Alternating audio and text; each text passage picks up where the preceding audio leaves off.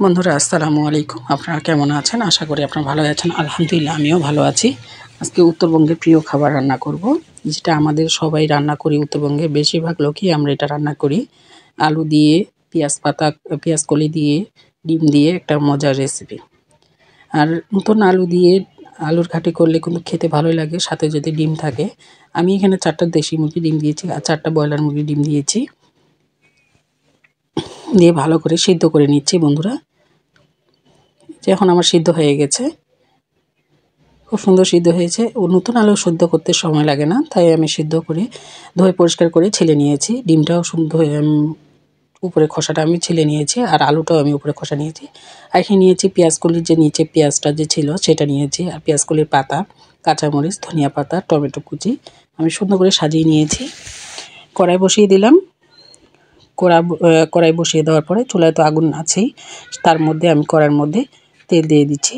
বন্ধুরা, ভিডিওটা ভালো লাগলে একটা সাবস্ক্রাইব আর ফলো করবেন, আর আমার পাশে থাকবেন। আমি যেন আপনাদেরকে নিত্য প্রয়োজনীয় ভিডিও দেখাতে পারি আর আনন্দ দিতে পারি, সেটাই আপনারা উপভোগ করবেন। আর এখানে আমি ডিমটা হলুদ আর লবণ দিয়ে ভালো করে ভেজে নিচ্ছি।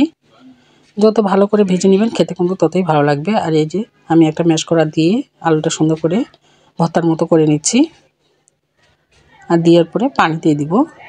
আর দেশি আলুর ডাল কিন্তু একদম আঠালো ভাব হয়। আপনারা কে কখন খেয়েছেন আমাকে অবশ্যই কমেন্ট করে জানাবেন।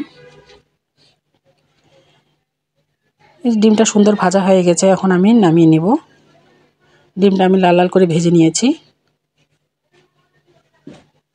এখন আমি এর মধ্যে পেঁয়াজের যে নিচের অংশটা আছে সেটা এখন ভালো করে ভেজে নিতে হবে। এখানে আমি সব একসাথে ভেজে নিব। এই যে কাঁচামরিচ কুচি, তারপর দিব এখানে পেঁয়াজ কলির পাতা, তারপরে দিচ্ছি এখানে টমেটো দিয়ে ভালো করে সম্পূর্ণগুলো একসাথে ভেজে নেবেন।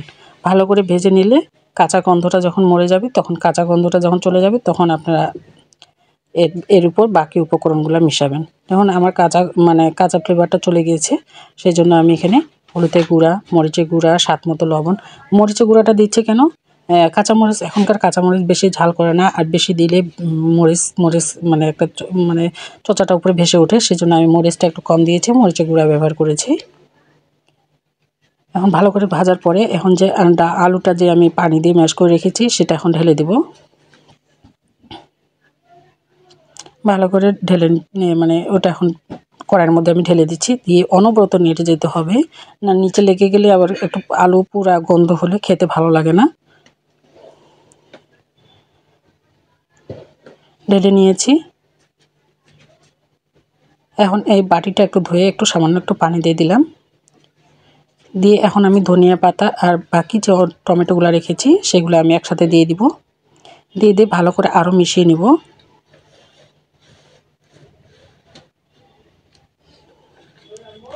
ভালো করে মিশিয়ে নেওয়ার পর এখন আলুটা সুন্দর করে ভুনে নিতে হবে।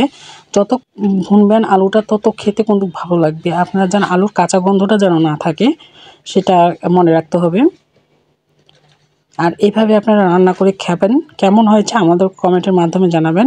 যে আলুটা যখন খটবট করে উঠেছে, একদম ছিটকে যখন গায়ের মধ্যে পড়ছে, তখন আমি ডিমগুলো দিয়ে দিলাম। ডিমগুলো দেওয়ার পর আরও ভালোভাবে কষিয়ে নিতে হবে। কষানো হয়ে গেছে, এখন আমি সামান্য একটু পানি দিয়ে দিব।